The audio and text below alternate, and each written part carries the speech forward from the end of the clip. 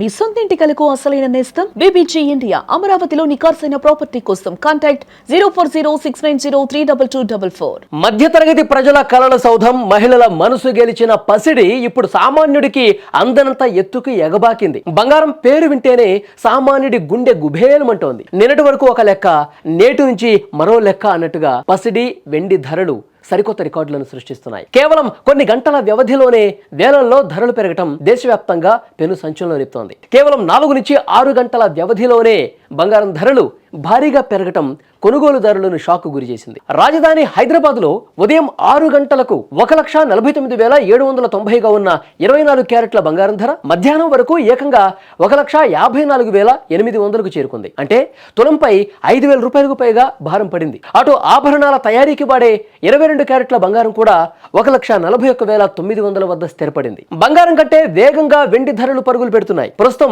దేశీయ మార్కెట్లో కేజీ వెండి ధర చరిత్రలో ఎన్నడూ లేని విధంగా 3,25,000 మార్కును తాకింది. హైదరాబాద్ లో అయితే ఈ ధర మరింత ఎక్కువగా 3,40,000గా ఉంది. గడిచిన 20 రోజుల్లోనే వెండి ధర సుమారు 35% పెరగటం విశేషం. పారిశ్రామిక అవసరాలు అలాగే అంతర్జాతీయ అనిశ్చితి దీనికి ప్రధాన కారణంగా కనిపిస్తోంది. అంతర్జాతీయ రాజకీయ పరిణామాలు భారత్పై తీవ్ర ప్రభావం చూపుతున్నాయి.